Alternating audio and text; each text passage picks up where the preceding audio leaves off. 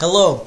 Law number 10 is what we're looking at today, the law of connection. And John Maxwell says this about the law in his 21 irrefutable laws of leadership. Leaders touch a heart before they ask for a hand. The ability to connect with people is essential to strong leadership. And as you look at the levels of leadership, as we talked about that earlier on in one of our beginning lessons from John, we realize that people will follow you first because of your title, but as you grow in relationships, there's a stair step to leadership. And finally, they're following you not because of what your title is or the position that you hold, but because they want to and they believe in the direction that you're going. That only comes through this law of connection. You have to learn how to connect with people. John says that people won't go along with you unless they can get along with you. And people take note on when you connect with the people. People are watching, and they're watching you as a leader. They're seeing if what you preach from the pulpit or what you preach in business is the same as your lifestyle, is the same when you're connecting with people off of the platform. If it is, then there's a genuineness that's there. They'll follow that. If there's not, then there's hypocrisy that begins to come in to play, and they recognize that very quickly. So people take note of when you connect with others. John says you can't move people to action unless you first move them with emotion. The heart comes before the head. All great communicators have one thing in common: they connect with people. And connecting with people is the leader's responsibility. As you look at this connection issue, every great speaker that I've ever heard had an innate ability to connect with the audience. No matter who the audience was, they found some common ground and they were able to connect. And they really saw that as their responsibilities, not the audience's. Sometimes I've talked with other leaders, they have complained, and I've been guilty of complaining about your audience or complaining about who you were trying to connect with and kind of placing that blame on them. Well, they just didn't seem to want to connect, or they just kind of didn't seem to want to hear what I had to say. Well, if that's the case and I am truly the leader, then all of a sudden that's not their responsibility, that's mine.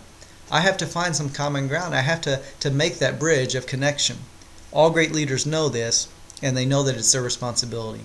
So if this is such a high priority on leadership, and this whole connecting issue is such of great importance, then how do we connect with people?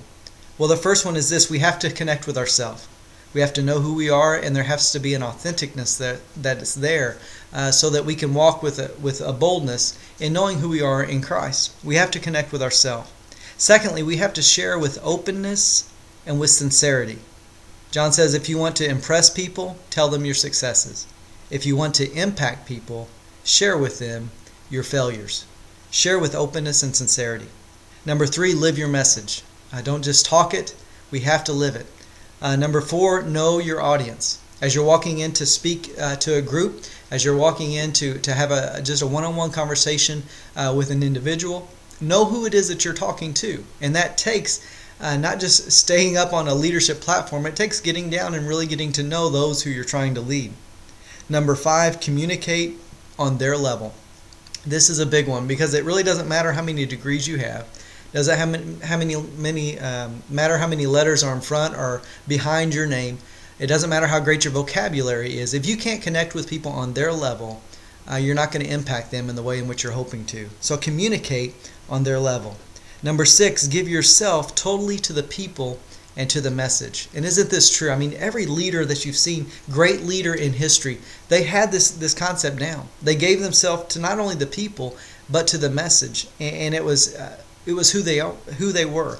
And that leads us to number 7, believe totally in the people and the message. If you don't believe it, stop preaching it.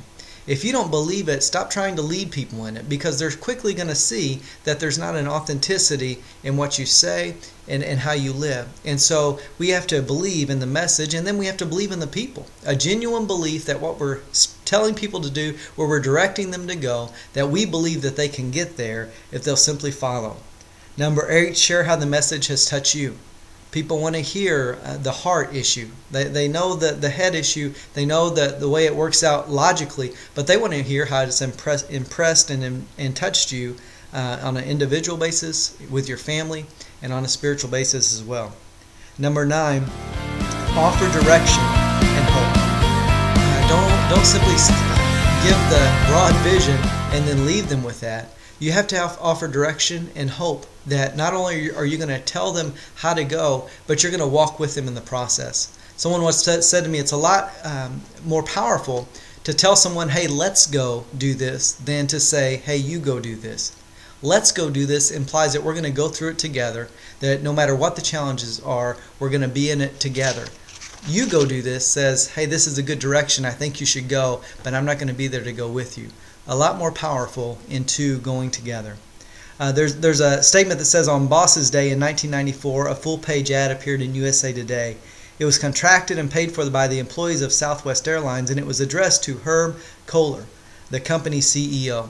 And I won't read through that because you can read through that on your own. But what I think is great is that it not only talks about him as a businessman and as a great business leader, but it also talks about him on a personal level. So he obviously at some point got down from the leadership platform, and the people knew him as an individual.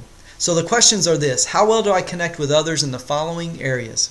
In speaking, in conversation, one-on-one, in small group meetings, in that small group environment, and in board meetings when I'm leading the other leaders. How do I connect? If it's not well, there's good news. We can all grow in this area. We can learn how to connect with others better, and in doing so, we'll be more effective as leaders. Hey, that's it for today. Join with us back as we continue on through John Maxwell's 21 Irrefutable Laws of Leadership. Have a great day.